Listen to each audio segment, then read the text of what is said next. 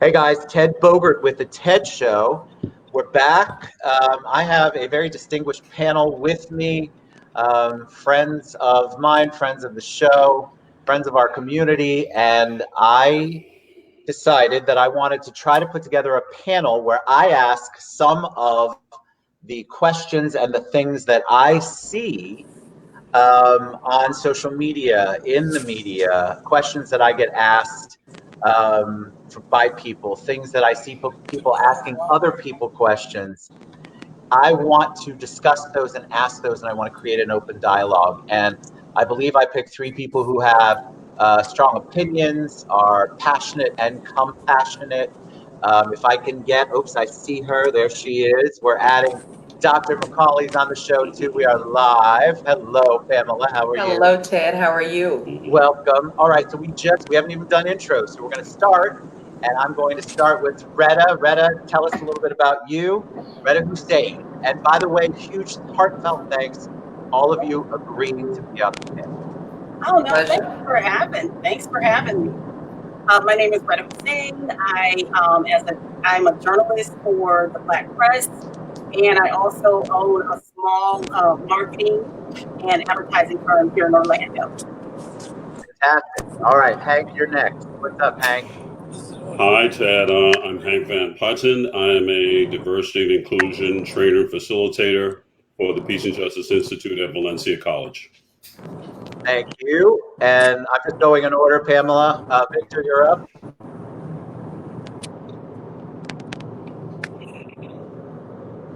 Maybe. Hi, Victor. Victor Cherry, life transformation coach. I try to answer the questions best as I can. I'm, on my way back to Orlando for vacation. So hopefully I can answer I want to be on vacation. I'm glad you're here. Hey, Dr. McCauley, Pamela, how are you? Tell us a little bit about you. I'm doing great, Ted. Can you hear me okay? Hear you perfectly. Wonderful. I had challenges with this headset a little earlier today. As Ted said, my name is Pamela McCauley. I am, up until May of this year, I was a faculty member at the University of Central Florida in the Department of Industrial Engineering, where I spent 27 years on the faculty at UCF. I have since accepted what we call a courtesy appointment at UCF. That is so I can advise my graduate students to completion. But I've accepted the position of Associate Dean of Academic Programs, Diversity and Inclusion at North Carolina State University in the Wilson College of Textiles. And it sounds like I am in very good company, very impressed with you all, and glad to know we have true diversity experts on the line, because I do not consider myself a D&I expert. My background, as I said, may or may not have said, but it's industrial engineering. And I got my first engineering degree over 30 years ago. So I've had the opportunity to live this walk, this diversity and inclusion walk, or the lack thereof. And so I'm very happy to be here with you, Ted, and this panel to discuss this important issue. Thank you all. So my goal, and so as people are joining us, hopefully they will see, I have taken a lot of comments and questions and things that I have seen, and some of it's going to seem, again, very elementary, and some of the questions might seem like, Ted, you really don't know what that is, but I'm asking it because there are a lot of people, even me, reaching out to you all. I thought, do I even have a right to do this? I should feel good about asking my friends these questions, and yet there was still a holdback. I was still thought, well, I don't want to seem disingenuous with my desire to have an open dialogue. I don't want to minimize anything. I want to ask the right questions. And I thought, you know what, I'm just going to be me, and I'm going to ask the questions that I see, and we're just going to go with the flow. So some of them are going to seem maybe a little challenging. I'm going to push back a little bit because that's what I see, but understand I'm the messenger. I don't have to tell you all that, but I want to tell the audience that I'm the messenger, and I want to ask the questions that a lot of people have, and they don't seem to either listen or they're not getting it, and I'm hoping that you can help. All right, I want to talk about, the first thing I want to dive into is Black Lives Matter. Black Lives Matter has so many different components, but one of the things that I did not understand in the beginning is, okay, Black Lives Matter. Why is that a separate thing? Why is it not all lives matter? And so I had to learn it too. So totally being vulnerable and transparent with you, I didn't understand that to begin with either. So if you're out there and you're thinking, well, I don't get it, well, you're going to get it by the time we're finished with these four amazing people, because I want them to explain or at least give their insights.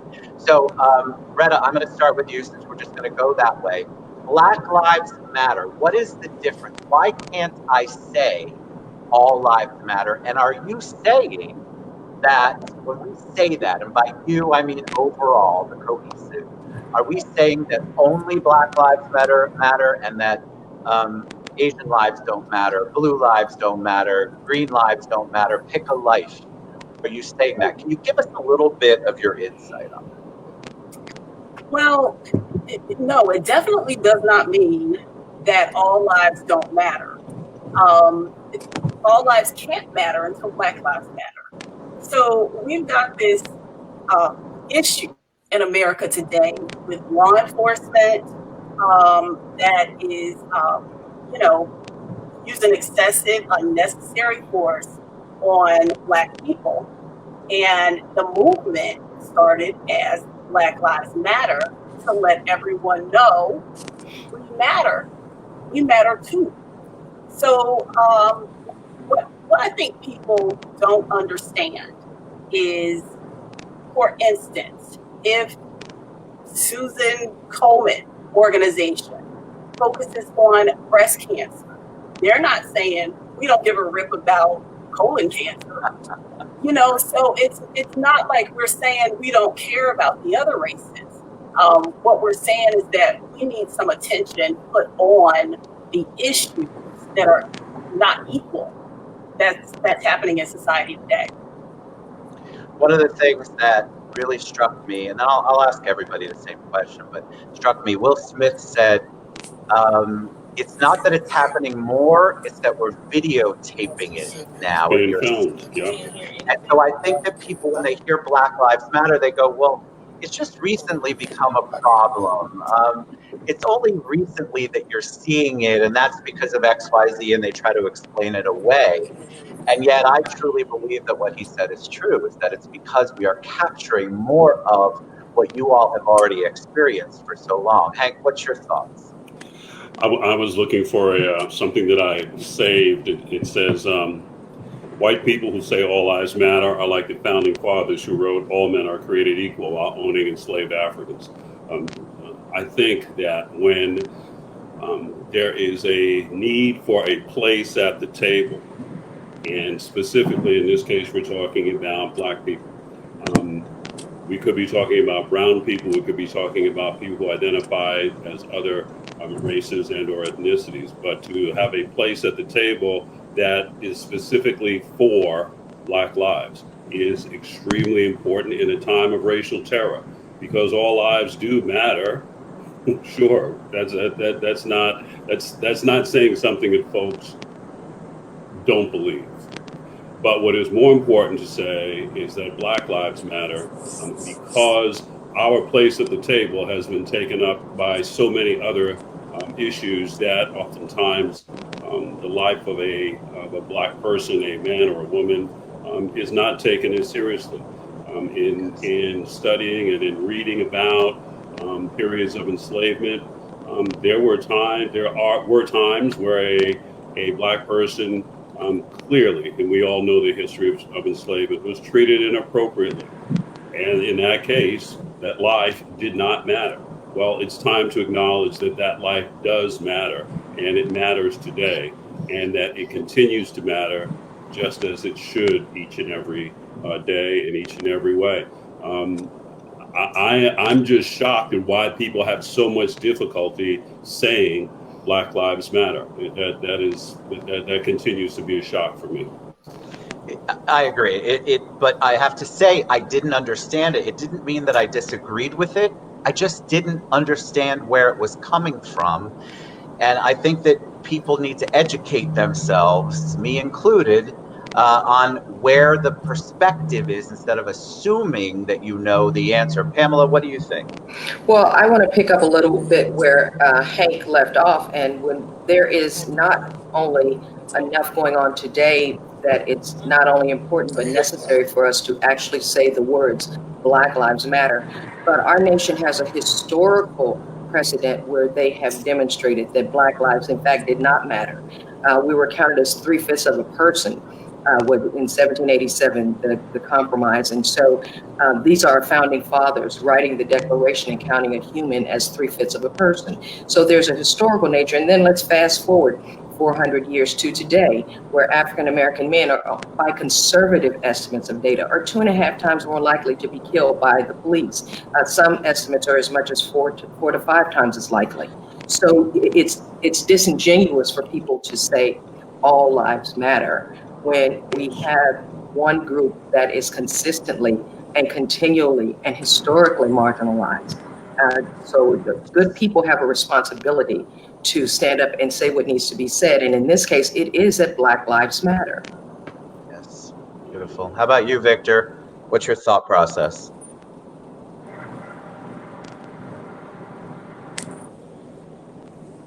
You there, Victor? Well, he might not be with us. I guess it's like the areas. All right, so I'm going to go to my next question. You guys brought up something about the experience. Have you all been the victim of racial profiling? Have you had that experience in your life as a human being? Because I think it's important that people hear what I have never felt unsafe around, I'll use law enforcement, it could be in any situation. That's never been something I felt like somebody was targeting me for, or in a store, I have never felt like I've been looked at because I'm white. Have you all personally experienced that? And if so, can you give us just an example of what that was like? I'll start with you, Hank. Thanks, Ted. Yeah, before I say that, I want to also acknowledge what Pamela said about the historical piece around from the period of enslavement through today, and also what has become a generational trauma, where trauma is passed from one generation on to the next through no one's fault of their own. This isn't about blaming anyone. This is about recognizing that there's some symptoms that are influencing us all because we breathe the air, and it's all around us. And because of those symptoms, it's important that we recognize that the individual isn't the cause of the problem, but the individual is part of what the symptoms have created with regard to that problem. Now, just state your question once again, Ted, for me. Yeah, have you been a victim of racial profiling? Have you experienced what we read about, what we see, what we've seen on all of the cameras that have caught things? Have you personally experienced that, or had somebody in your life that has personally experienced it? Yes, I have. I have not been in the experiences that I've had. I've not had people be as physical with me, but I have been followed in stores. I have had people call the police to go to my house because they saw me walking around the outside of my house.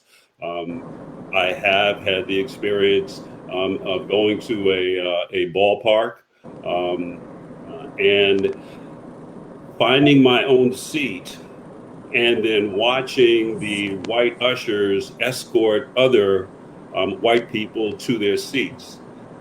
May seem like a small thing, but you notice it. And you notice those little things that happen, those little, as I refer to them, mosquito bites that happen and can happen every day. So yes, I have. Have I been to the extent that we see with violence being perpetrated against folks who are Black and brown? No, I've not. But I do know folks that have had that happen to them. How about you, Pamela, as higher ed and everything that you've done? Have you experienced that? Absolutely.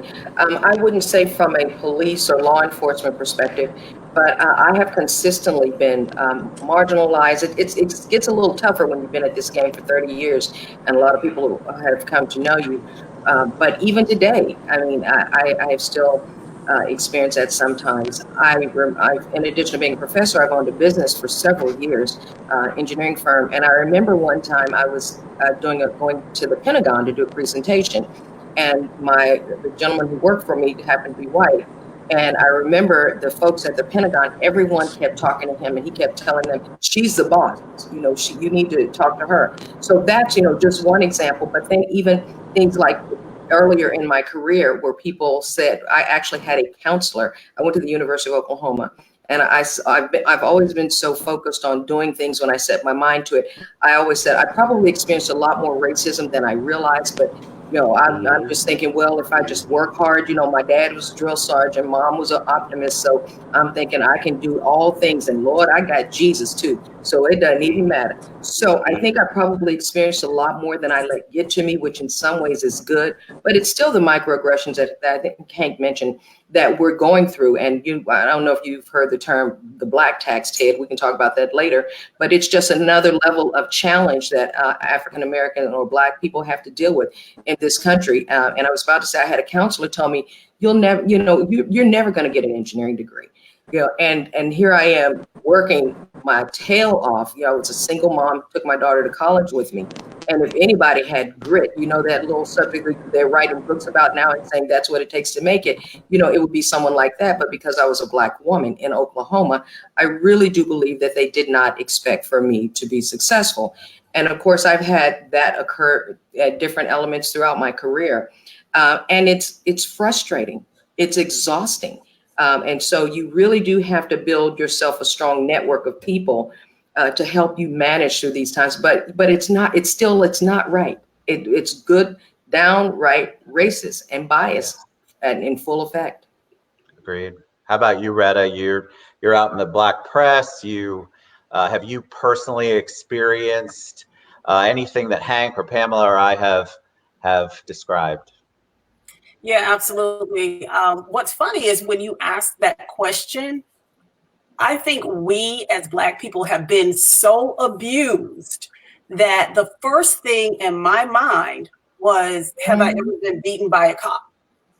Have I ever had that? But, when you think back to being followed in a store, being, even pulled over by a cop, those little things that sometimes we don't even see.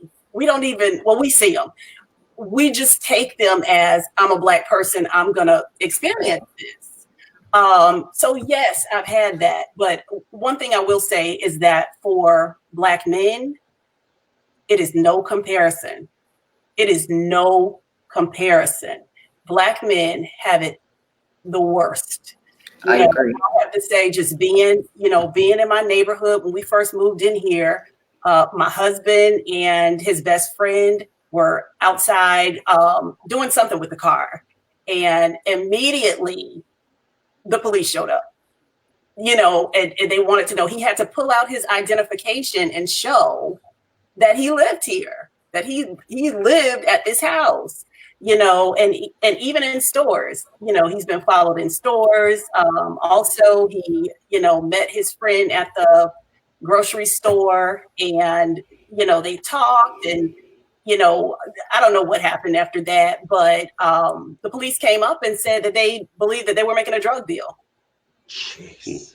So I'm Ted, thinking, go ahead, Rhetta, I'm sorry. That's insane. Yes, Hank?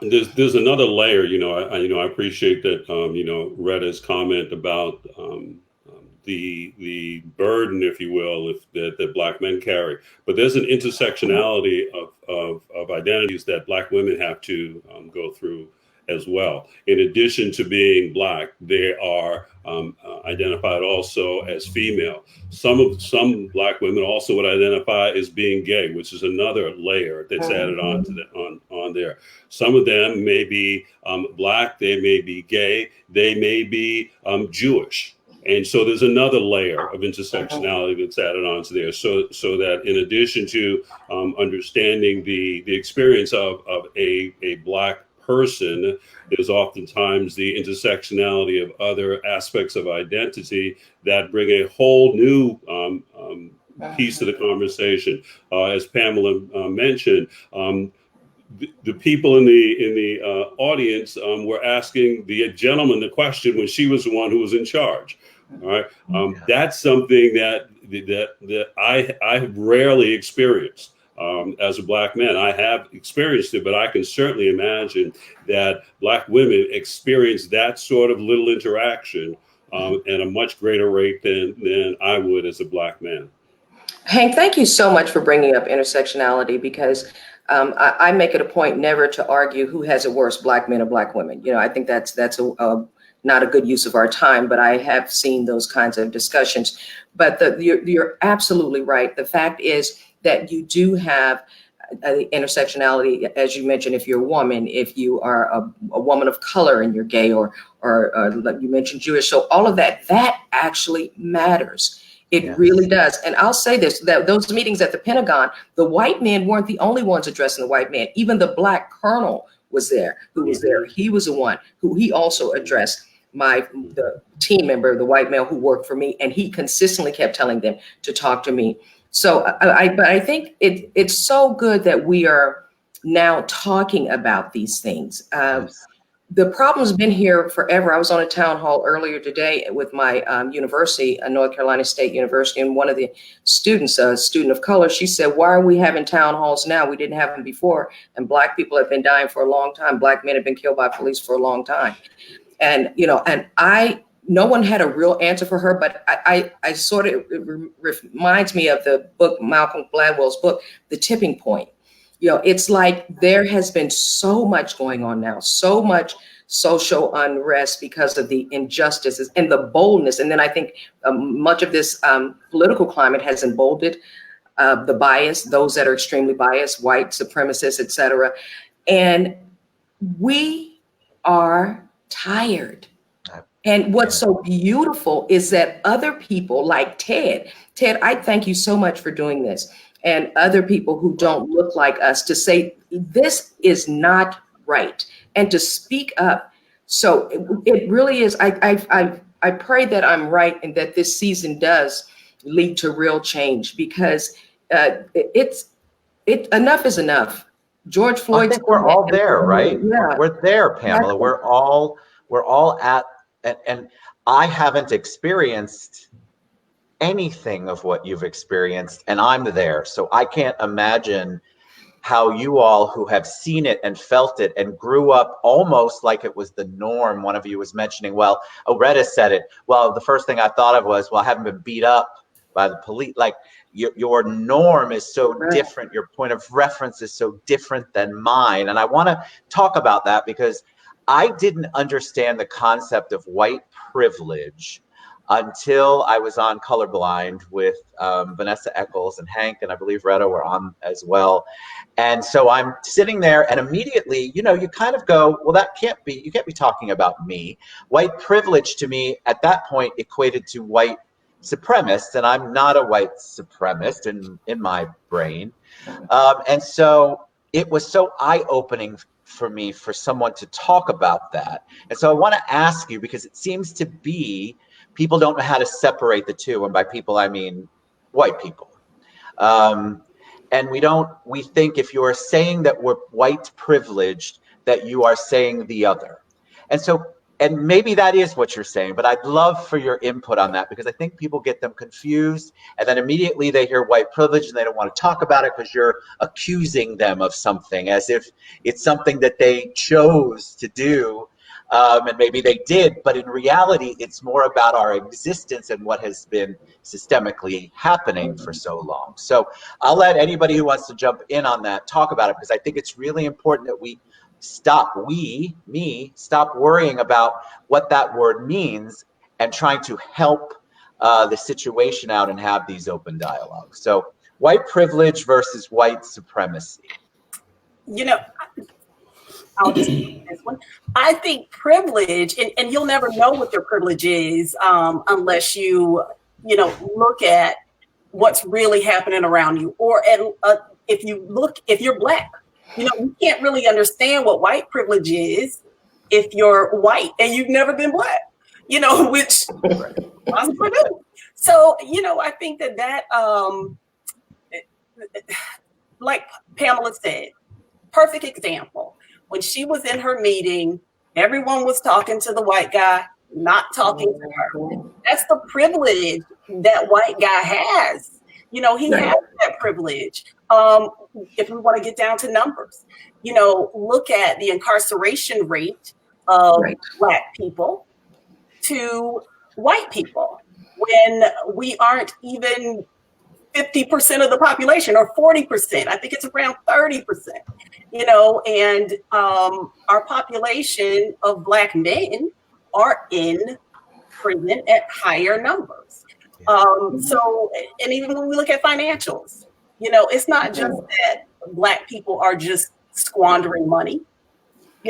Historically, we've never been, it's been very difficult for the other generations to be able to pass down financial literacy because they didn't have it themselves. And as far as wealth is concerned, we didn't have that either.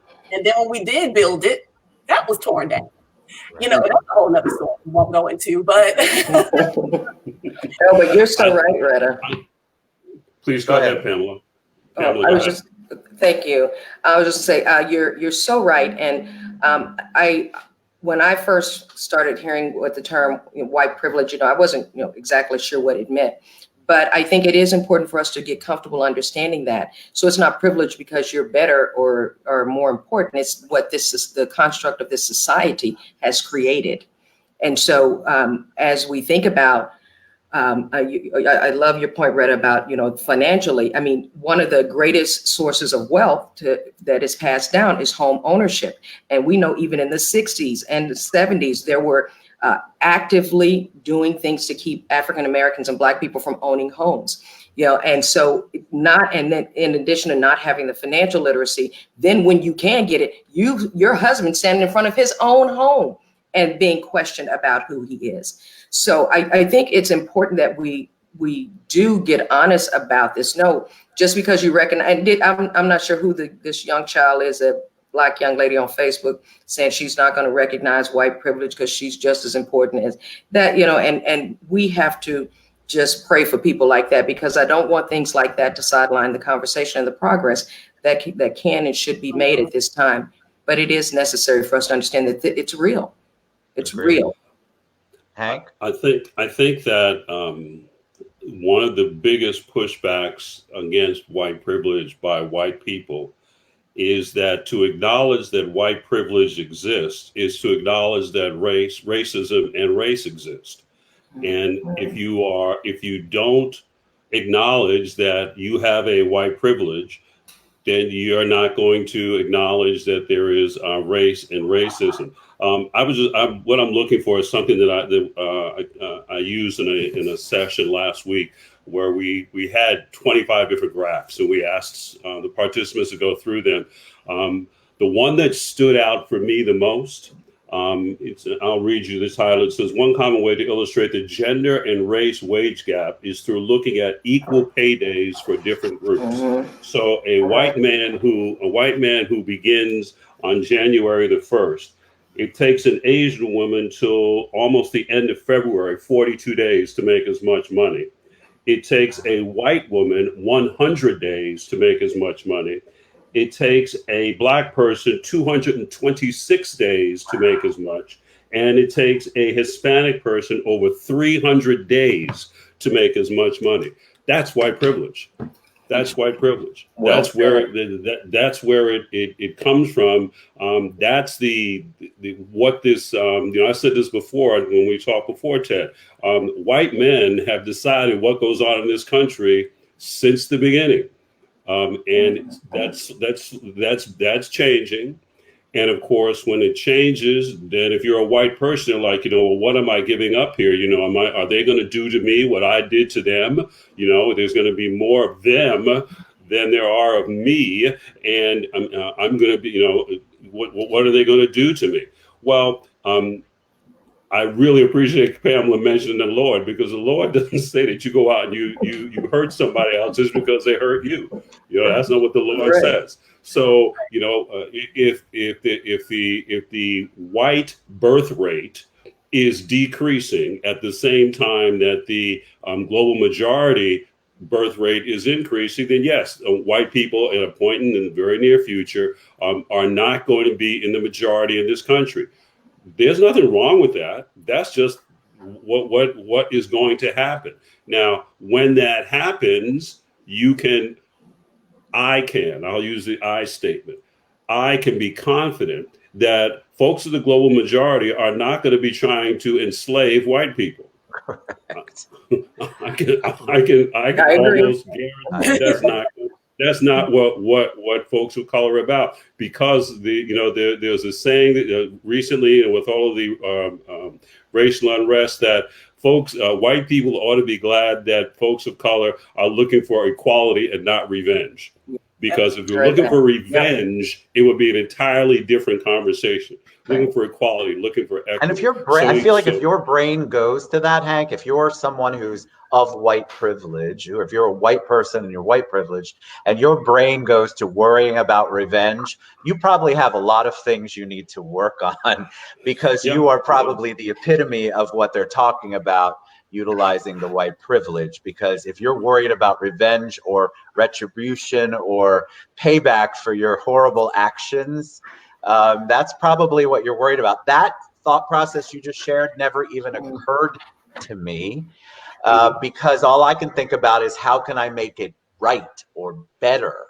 And I feel like there are white people, a lot of white people who want the same thing, just don't exactly know how to go about it, which is why these dialogues are so critical. Like, I think I know what I'm doing.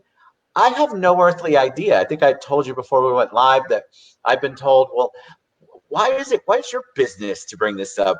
Why? They don't have to educate you, Ted. And I'm like, that's the problem. It shouldn't be a they thing. It's human beings. I want to learn. I want to understand. I want to do better. I want to continue to do better. And I believe, maybe I'm an optimist, that people do want to do better. But they have to understand first and be willing to accept some of the things that may not be so comfortable, and have the uncomfortable conversations. I want to talk about, there's so much. Before we went live, obviously, I posted this several times to kind of solicit some kind of response. One of the top things people asked about was taking a knee. And so I know that might sound like a simple thing and an outdated thing, but every single time it happens and it becomes news, there becomes a whole nother uproar about it. So I thought it would be great if you could explain what that means. Does that mean that the person taking the knee hates all Americans, that they hate all white people, that they hate the Pledge of Allegiance, that they hate the flag, that they hate, people associate hate with that? And I think that's part of the problem, is that is so not what it's about. But I'm a white guy coming from white privilege, and I would much rather hear it from you all. No, of course it doesn't mean that they hate America. I mean, it's time to, I consider taking a knee to actually be taking a stand, having the courage to take a stand against racism and the injustices that we know are so prevalent in so many areas of our society. I mean, do people who fly the Confederate flag love the Confederate and hate the United States because they won? I mean, so let's get real about it. So it bothers me that has been so blown out of proportion. First of all, Black people have loved this country so long, and when it didn't love us back, and we all know that. I mean, and so we have consistently shown that over and over again. But I want to get back for just a second, Ted, to a point you made. I love your heart, Ted, and you are so about the right thing and doing the right thing. But let's just think about this. Rhetta, I think you mentioned the country's going to become majority minority. And the year's 2045 is when we expect for America to be majority minority. And when I heard a speaker from the Association of Public and Land Grant Universities said, he gave a talk in Oklahoma, my home state, which is so white. Okay, anyway, I'll just leave it at that. and so conservative. And he was talking to them about the importance of them encouraging students, underrepresented minority students, to get an education. He said that he was speaking to a largely, like 90% of the audience was more mature white folks. And he said, if you care about your investment, your future, your country, the future for your children, you would be encouraging every Black and brown student you know to get an education, and even emphasizing STEM, because these are going to be the people that keep this country going. You, out of selfish interest, even if they don't have the heart of Ted Bogert, should be interested in seeing their future for their children, their grandchildren, and the nation be strong. And the way to do that is to promote, first of all, fairness and equality, and then make sure that they have access to these opportunities. I mean, even if you're selfish, it would make sense. You could make a case for it. Yes. Ted, I would I also appreciate your heart, because it lives out the first of the 13 principles that we use at the Peace and Justice Institute, and that is creating a hospitable and accountable community. That we all arrive at isolations, and we want the generosity of friendly welcomes when we get there. So I think that what you're doing here with forums such as this is creating that hospitable and accountable community, so that it's a conversation and not a confrontation. And Yes. Again, I very much appreciate that. Thank you. The thing about taking a knee, the thing about putting names on the back of jerseys, the thing about renaming the Washington football team, that's great. Those are all wonderful things. And in the same way that folks said that, we're post-racial because we had a Black president, I don't want to see us say, okay, we've solved racism because we got all of these other these things going on. I read a couple of weeks ago that the Big Ten Conference, I believe it has undertaken a huge voter registration initiative as part of their response to the Big Ten's response to what's going on in the country right now. Now, those types of things mean a whole lot more to me than taking a knee. Yes, taking a knee is because of he took a knee, Colin Kaepernick, because of the systems of oppressions that are in place that so many people don't see and so many people refuse to talk about.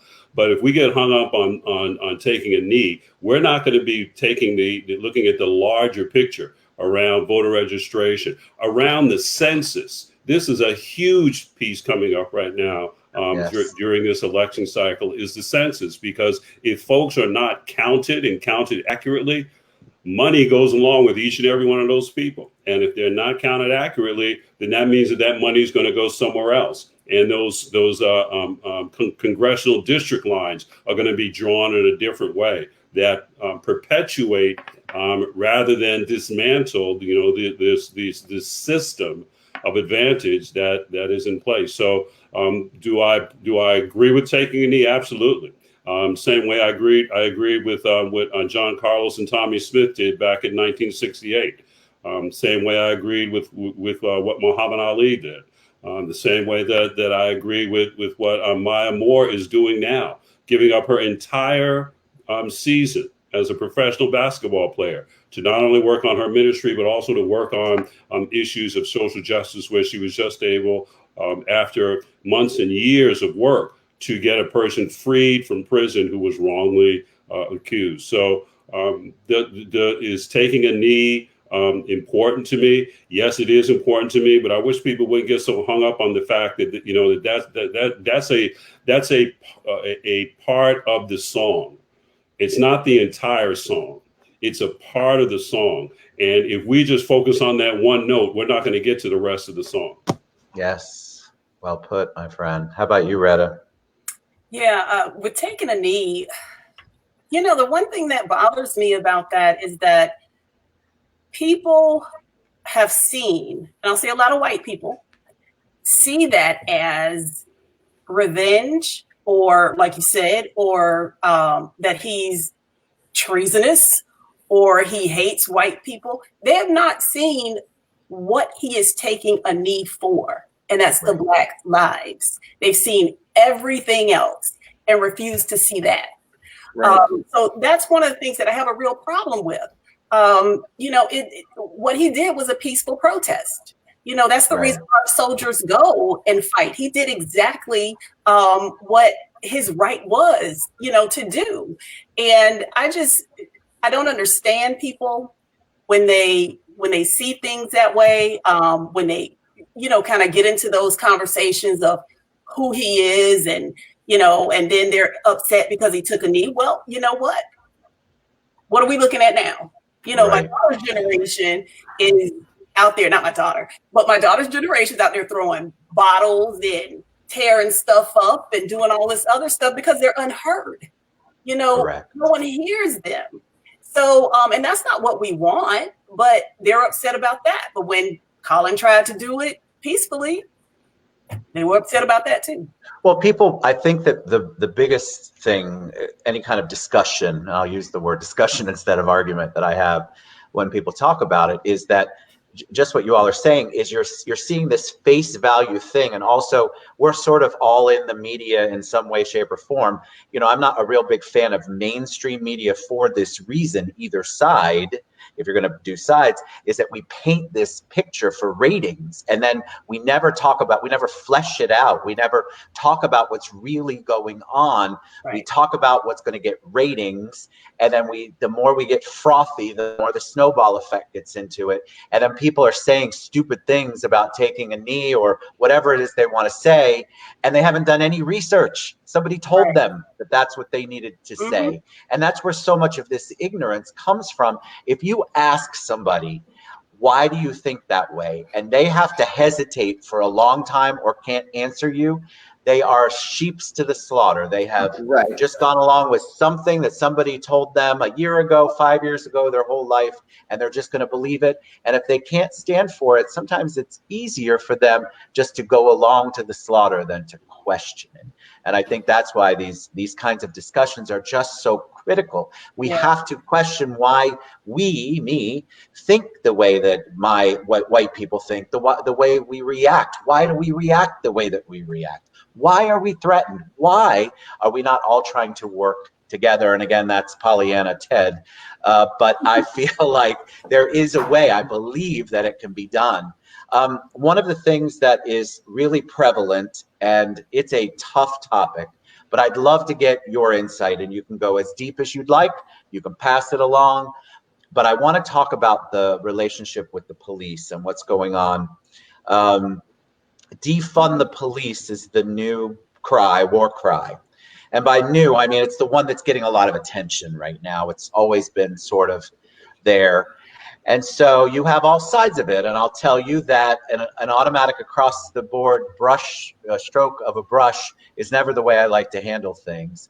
But I like to talk about it. I want to hear about it because I have had people say, if you bring up defund the police, Ted, I'm going to have a fit on your show.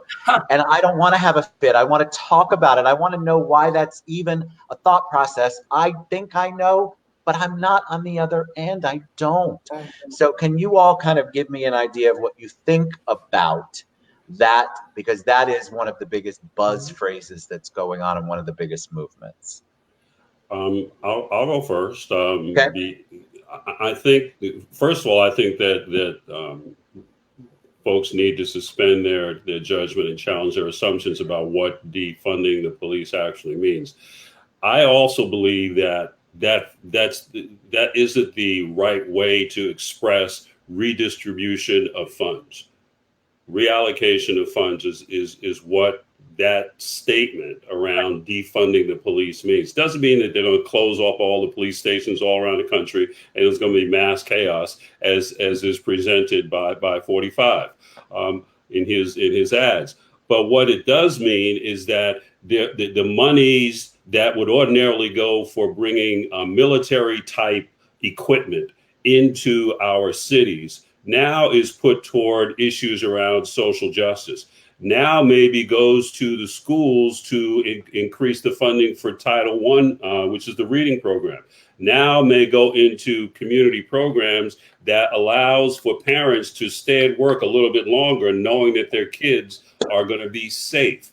Again, I start out by saying suspending judgment, challenging your assumptions about what defunding means.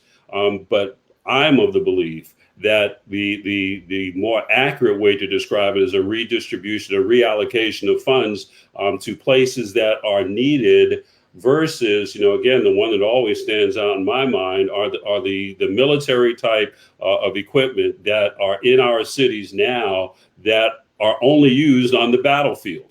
Right. I'm talking about in war, not in our cities as they're being used now. So when I hear that phrase, defund, I know that a lot of white people are thinking, and I'll be blunt.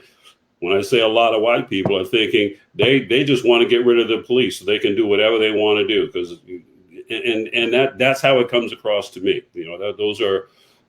That's my I statement, if you will. And Ted, I'm very big on making sure I say I statements as opposed to those people and them. But again, it's about a redistribution, a reallocation of funds.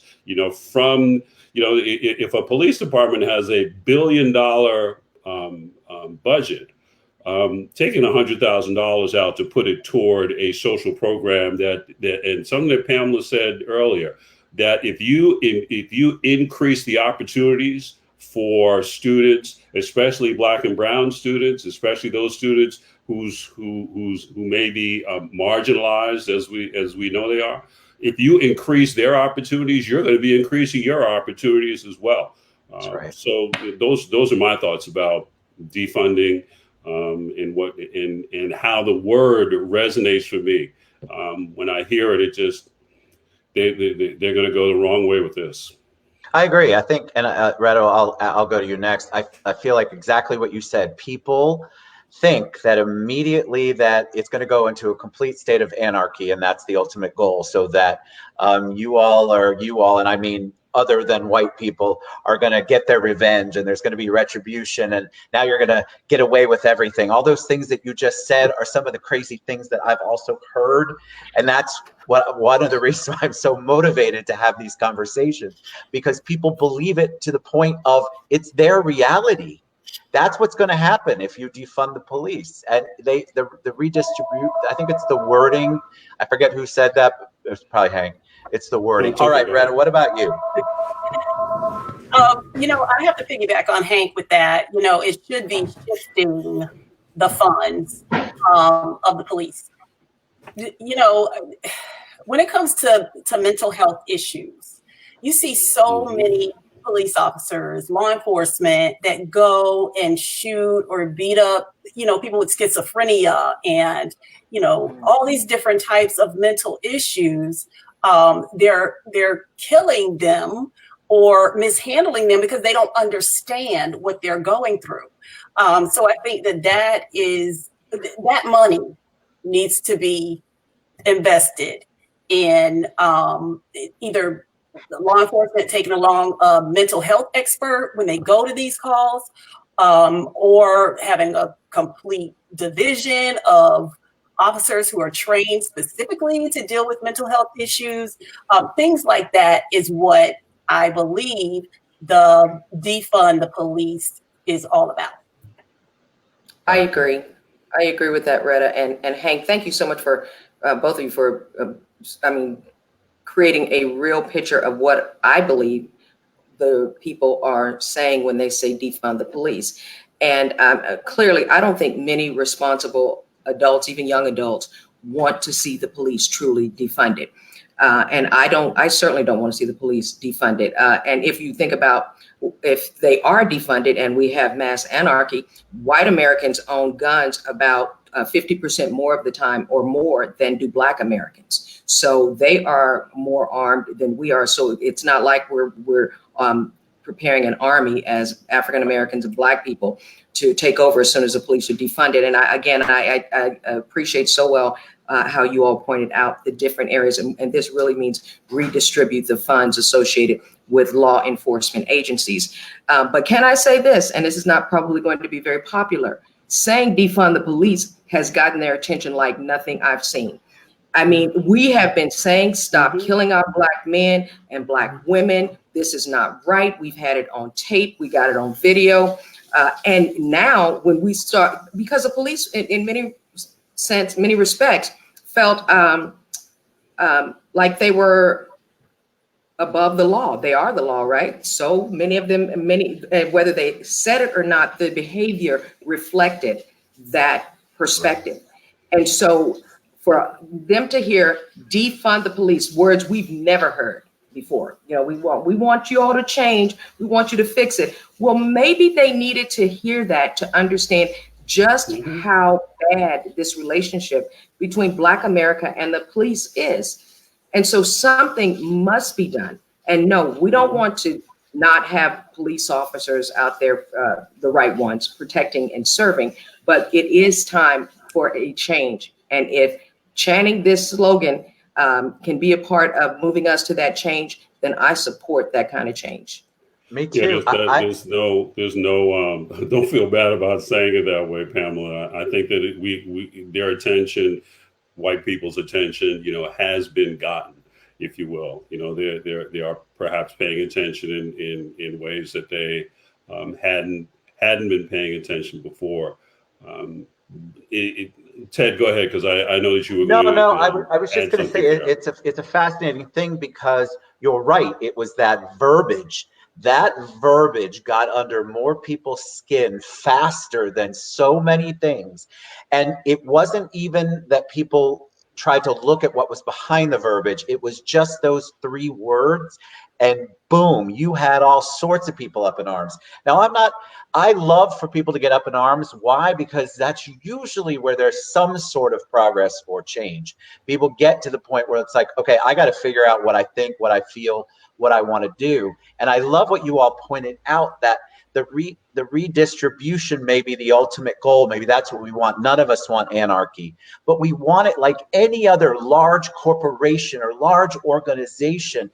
If it is problematic, you take a look at it. You don't just keep funding it the same way. You don't just keep allowing the behavior to happen.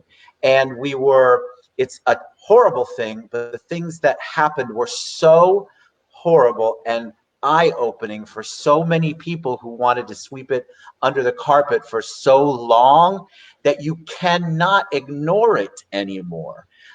Nobody's ignoring it. It is the topic of conversation, no matter what quote unquote side you're on. I don't want to be on a side. I want to be on the side of good, if that's what we're going to talk about. But people are talking about it. And what I want it to do is continue. I want it to be this, not stop until the next new crazy thing comes along. COVID 2. I want to see this go and continue, because I feel like, and maybe you guys can tell me, you all have experienced, I feel like the Pollyanna Ted believes that this is the first time in my lifetime where it feels like there is a possibility for real change. What do you guys think? I agree. I hope. Go ahead, Rhetta. Please go ahead, Rhetta. Yeah, I can only hope. I mean, we've seen so much historically where things look like they were gonna get great and they didn't. I think after Barack Obama was elected, someone said that's the end of racism. Yeah, right. It's so much, and not that I expected that, but some people really do expect that. I hear a lot of people also say, I don't see color. Well, I want you to see color. That was my next question. Very good, Rhetta. All right. Tell me about that, because I want to talk about that, because I think, and I don't want to interrupt you, but that's such a good path to go down. People have said, well, Ted, I don't see color. And then I don't understand how to respond to that. Do you, as 3 Black adults, do you see color? And is it bad if I say I don't see color? Is it bad if I say I do see color? But that seems to be I'll use it as a cop-out. Those are my words, not anybody else's. Oh, I don't see color, Ted. Well, your actions say a whole lot different, because that is not anything what you're painting. So go ahead. I love this topic. Yeah. I'll say the same thing with regard to white privilege. If you don't want to see white privilege, if you refuse to see it, you're not going to see racism in race. If you refuse to see color, you're not going to see racism in race, and you're going to excuse yourself from that conversation. Now, you said something earlier, Ted, about, and I'm going to paraphrase about. Oh, did we lose you? I still see Pamela and Rhetta. I'm still He'll here. come back. He'll come back. You know, I'll finish what he was saying. Please do, please. As far as not seeing color, you know, I always taught my daughter to see color, you know, but to also focus on character. You know, that's the most important thing. You know, if you're teaching your kids to see color and they're constantly, you know, looking a certain way at people of color, that could really have an impact on some of their, you know, relationships. You know, they'll be missing out on some of their best friends and, you know, so many other things. So definitely, I want you to see my color. I just don't want you to treat me differently. How about you, Pamela? Well, I agree. I don't think seeing color means that you are racist. I mean, God made us all different, and we have different unique aspects of each of our cultures. And I love spending time with my friends who are different from me. It's enjoyable. It's fun to learn about them and learn about what matters to them as we come together. And so I don't think that, but I don't think people mean any harm when they say they don't see color. They just don't really understand that. So you're marginalizing a part of me if you're saying you don't see that or acknowledge that. And so I think it's very important that we do realize that we are different, but you know, that's a good thing. You know, I talk a lot about innovation, and the greatest innovations come about when you bring different people together, people from different perspectives who have different appreciation and knowledge in different spaces and different experiences. So I think saying that I see color and I appreciate the differences, just like a beautiful rainbow, is really a much more constructive way to look at our differences. I love that. I want to ask one last question because we're running out of time. Okay. I have noticed, and I want to see if you all have always experienced this or if this is just new. As I've started to become more vocal about and get more involved and try to become more educated, closeted racists have come out of the woodwork. I mean, it has been eye-opening for me. People who I have known for a very long time, if you bring up a topic, any of these things we talked about, you can see somebody's true colors, for lack of a better term. Wow, it comes out in full force. I had a guest on the show, and the show turned so quickly racist that I had to end it. Now that person I didn't want to call that person out because they were so closeted about it. I'm not sure they even knew what they were saying out loud. But I'm amazed at the number of people who have what I would personally consider a very racist approach to what's going on rather than a community cohesive, collaborative approach. And so it has been eye-opening for me. And I would imagine you all have probably experienced the same thing. I mean, tell me with everything going on, have you experienced, last question, have you experienced an increase in what you would consider racist behavior around you and toward you, or a decrease? I have to say it's the same. You know, I think people think that people are emboldened at this point because of who we had in the White House. I don't think so. I think people were emboldened when we had a Black man in the White House. You know, the way I feel is that it's still there. You know, people are still, there's still white supremacists around. There's still, you know, words and you know, words that are being used that should not be used. And our children are seeing that, you know. So I think it's been here and it's still here. And see, Rhetta, please go ahead, Pamela. Go ahead. Rhetta, I think it's a combination, and I'm gonna respectfully disagree with you. I think the combination of having a Black president for 8 years who was so well respected around the world, who was supported and upheld by so many people, and then getting a racist white president. I think those two things have brought out the closet racists, or those who were borderline. And I have seen it in people close to me. My daughter happens to be married to a white man, and his family, I've had them at my house before, and been with them together for many times over the last 15 years. And I never knew just how racist their thoughts were. And so I'm trying not to call them racist, but their behaviors, their thoughts, and the way they think. And they weren't bold enough to say that before. And perhaps they didn't think there was a need to, until when we got a Black president, for people who have that mindset that they think white is better, that was hard for them. And that's one of the things that I have observed. And then now you get someone else in the White House who has demonstrated so many aspects of being a racist, and they continue to support him.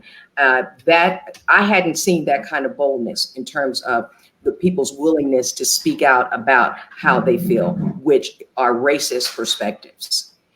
I use Hank, how about you? I use a lens.